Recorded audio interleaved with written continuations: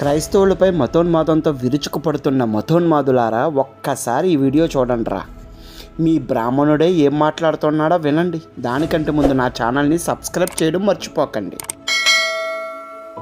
మీకు బ్రహ్మాండ పురాణంలో ఒక గొప్ప శ్లోకం ఉంది. గురువు చెబితే వ్యభిచారం చేసిన దోషం కాదని ఉంటుంది. చూడండి ఒకసారి బ్రహ్మాండ పురాణంలో లలితా సహస్రనామానికి ముందు అంత గొప్ప నమ్మకం ముందు గురువు మీద ఉండాలి. గురువు కంటే అన్యం లేదనుకుని అప్పుడు గురువు గారు ఇచ్చిన మంత్రాన్ని ఆయన ఎలా చెయ్యమంటే అలా చేస్తే అప్పుడు మంత్రసిద్ధి అవుతుంది.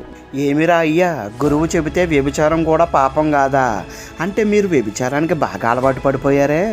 ఎందుకంటే మీ బుద్ధి అటువంటిది కాబట్టి, పైగా మీ గ్రంథాలు కూడా వ్యభిచారాన్ని ప్రోత్సహిస్తున్నాయి కాబట్టి. కానీ బైబిల్ మొత్తం చెప్పిన ఏకైక మాట వ్యభిచరింపవద్దు, నీ పొరుగువాని భార్యను ఆశించవద్దు అని బుద్ధి చెప్పింది. ఇప్పుడు చెప్పండిరా మతోన్మాదులారా, గురువు చెబితే వ్యభిచారం తప్పు కాదని చెప్పిన బ్రహ్మాండం పురాణం గొప్పదా, ఎవరు చెప్పినా వ్యభిచారం తప్పే అని చెప్పిన బైబిల్ గొప్పదా?